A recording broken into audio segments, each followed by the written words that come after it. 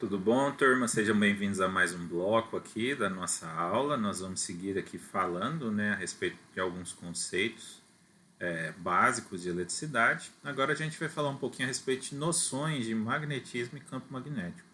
Só lembrando, que esse conceito ele já foi ali visto, consolidado na disciplina de Física 3, assim como os demais conceitos que nós temos revisado aqui no início do nosso semestre. Então vamos lá, turma. Bom, quando a gente fala em noções de magnetismo e campo magnético, basicamente a gente precisa primeiramente entender o que é um campo magnético. E aí é muito comum a gente traçar um paralelo entre campo elétrico e campo magnético, tá bom? Então, só relembrando, o que era mesmo um campo elétrico?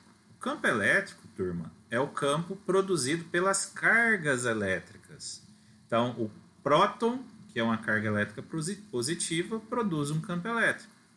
O elétron, que é uma carga elétrica negativa, também produz um campo elétrico. E aí eu posso ter uma interação entre os campos elétricos, produzidos por esses dois tipos de carga, tá?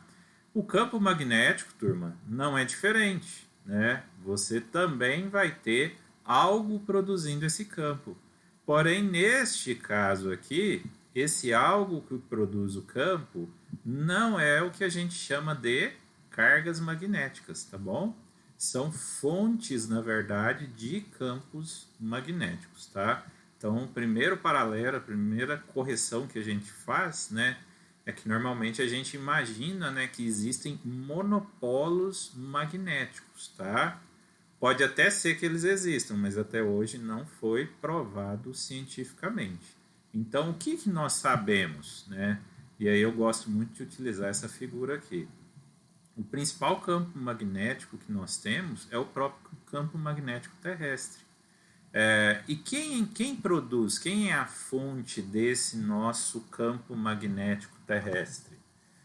A fonte desse campo, na verdade, é um grande ímã, tá? Então, devido às características lá do centro da Terra, você tem materiais derretidos ali, de características metálicas, ferrosas, e eles ficam circulando ali no centro da Terra. Tudo isso vai criar um imenso campo magnético. E aí a gente, didaticamente, representa esse campo magnético por um grande ímã, tá? E aí quando nós falamos em ímã, logo vem na nossa mente aquele ímã permanente que vocês viram lá nas aulas de física, onde você vai ter um polo norte e um polo sul, tá? Só lembrando que o campo magnético parte do polo sul magnético e vai para o polo norte magnético. E aí uma ressalva importante que a gente precisa fazer, que também é um equívoco muito comum de se acontecer. O polo norte magnético ele não é coincidente com o polo norte geográfico. Na verdade, eles são opostos, tá? Então, no polo norte geográfico, que também não coincide perfeitamente com o sul, tem um ligeiro deslocamento, mas no polo norte geográfico, no hemisfério norte, teoricamente, você vai ter o polo sul desse grande ímã nosso, e a partir dele parte ali o nosso campo magnético, tá bom? Bom, pessoal, a primeira característica que a gente precisa se lembrar é esta, Uma outra característica importante, bom, não existem monopolos magnéticos. Se não existe um monopolo magnético, o que existe então? Na verdade, existem dipolos magnéticos na natureza. Acabamos de citar esse próprio exemplo da Terra, tá? Que é formada por um grande ímã, representada por um grande ímã, dividido em um polo norte magnético e um polo sul magnético.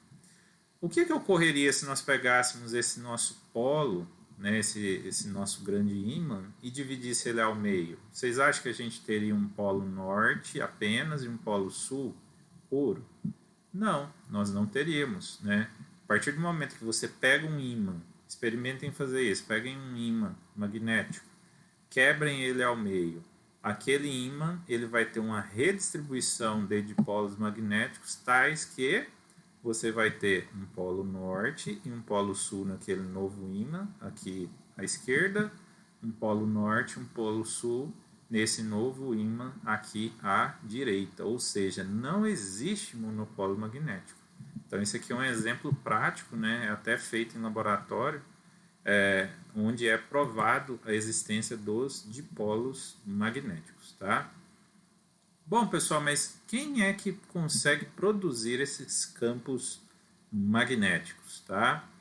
Primeiramente, nós temos a produção dele naturalmente através de um ímã permanente. Então, partículas elementares, né? Exemplo dos prótons, eles possuem um certo magnetismo intrínseco.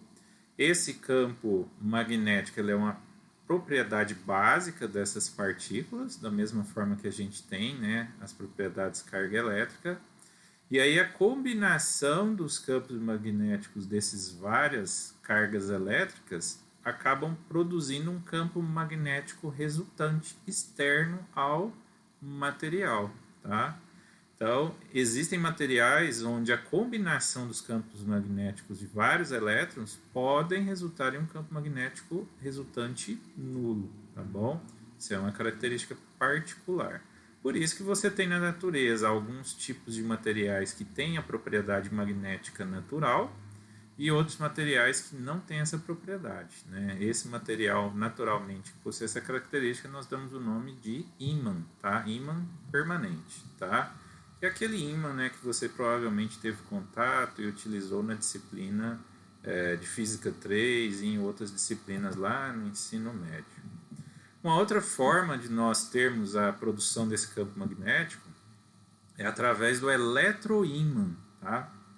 No caso do eletroímã, turma, basicamente nós temos o quê? O campo magnético B sendo produzido pela associação do magnetismo com a eletricidade.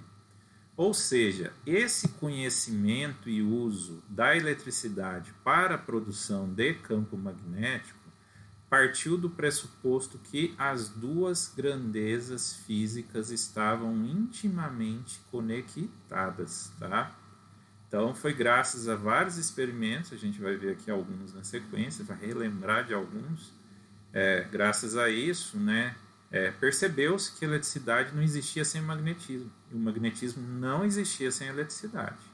E dessa forma, né, passou-se a utilizar essas duas grandezas de maneira tal a trazer vantagens, né, para os aparatos e equipamentos dos seres humanos. Então, o que o eletroímã faz, basicamente? Você tem um fio condutor enrolado na forma de bobina ou solenoide, de forma tal que, ao ser percorrido por uma corrente elétrica, ele dá origem a um campo magnético, tá? E aí você pode ter uma infinidade de aplicações. Aqui eu cito algumas, né? Disco rígido de computador, ímãs gigantes, entre outros, tá? Então tem várias aplicações do eletroímã, tá? Bom, mas vamos lá. Como que seria a definição matemática do campo magnético? Novamente, vamos traçar um paralelo com a eletricidade.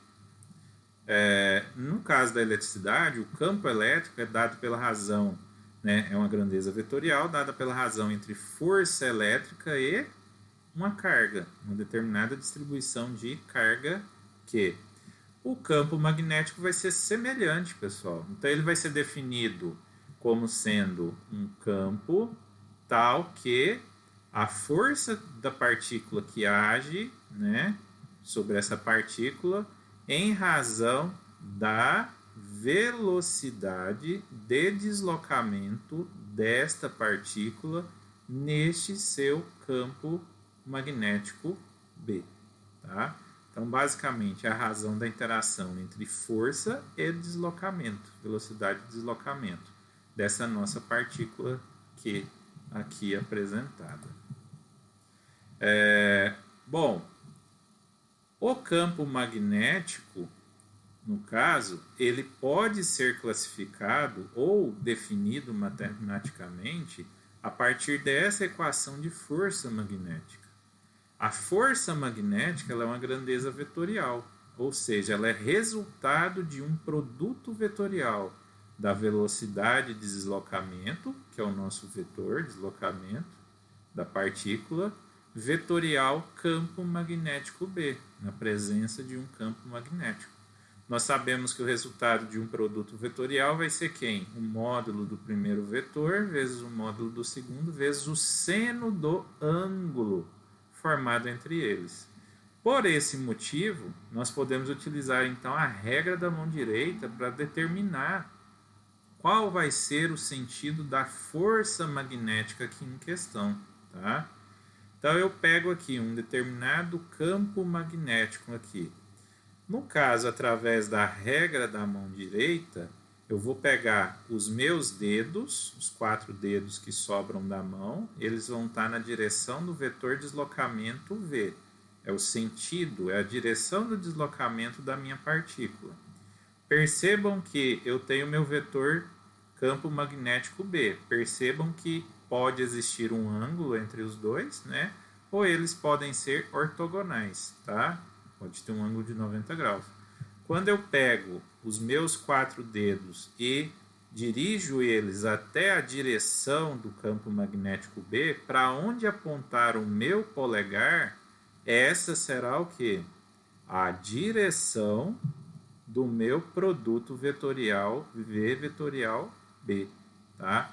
Isso, né, no caso de uma carga elétrica qualquer, tá bom? Se a carga Q é positiva, a força vai ser Q vetorial V vetorial B. Então ela vai ter o mesmo sentido. Se a carga elétrica for negativa, aí a força vai ter o sentido oposto ao meu polegar. Bom, pessoal, mas a partir daí, o que nós conseguimos fazer? Aí eu posso isolar, né? Então eu posso calcular o meu campo magnético B como sendo a razão da força em função, né, da carga do módulo de deslocamento seno do ângulo formado entre V e B, que é o deslocamento e o campo magnético. Bom, o campo magnético B ele é quantificado, né, tendo como unidade Tesla, tá? Ou a partir das unidades fundamentais, né, eu vou ter no numerador Newton, considerando que a força fica no numerador, o Q fica no denominador, então fica Newton por Coulomb, e a velocidade de deslocamento também no denominador, então fica metro por segundo, tá? Eu sei que 1 Coulomb por segundo é igual a 1 ampere. Então eu posso reescrever essa unidade de Tesla para Newton Coulomb metro segundo ou para Newton ampere metro, tá? Essa última forma aqui, ela é muito utilizada por fabricantes de núcleos magnéticos, tá? É muito utilizada essa unidade, essa grandeza, para fazer os cálculos magnéticos, por exemplo, de máquinas elétricas, de transformadores. Você usa essas unidades, essa forma de trabalhar aqui com equação, para calcular essas grandezas do nosso circuito magnético, tanto de máquinas elétricas quanto de transformadores. Uma outra unidade também bastante utilizada é a equivalência, de que 1 Tesla equivale a 10 a quarta Gauss, tá? Bom, pessoal, para encerrar essa parte aqui do campo magnético, nós não poderíamos nos esquecer de que todo e qualquer campo magnético ele pode ser representado através de linhas de campo, tá? E aí, um outro experimento muito comum que vocês já fizeram, provavelmente, em laboratório, seja no ensino médio ou seja na disciplina de Física 3, é aquele experimento das limalhas de ferro. Você coloca um ímã, coloca uma folha de papel almaço, papel A4 sobre ela, e aí você joga limalhas de ferro sobre essa folha. Você vai observar que as limalhas de ferro elas vão tender a se alinhar, a se agrupar exatamente onde está a linha do seu campo magnético. Só lembrando aqui, né, que o campo magnético aqui em questão ele vai estar partindo do polo norte magnético e indo para o polo sul magnético, tá? O que é importante a gente saber? Que a direção do campo magnético em um ponto ela é sempre tangente, então tem a ver, né, com aquela definição do campo elétrico, quando você vai calcular o vetor força num ponto de um campo elétrico. Então a ideia é a mesma por causa do campo magnético. E quanto maior a quantidade de linhas que atravessam uma determinada região, maior será o quê? A intensidade do campo magnético. Então também é uma outra definição importante. Bom, pessoal, agradeço a participação de vocês e aguardo vocês no próximo bloco. Até lá!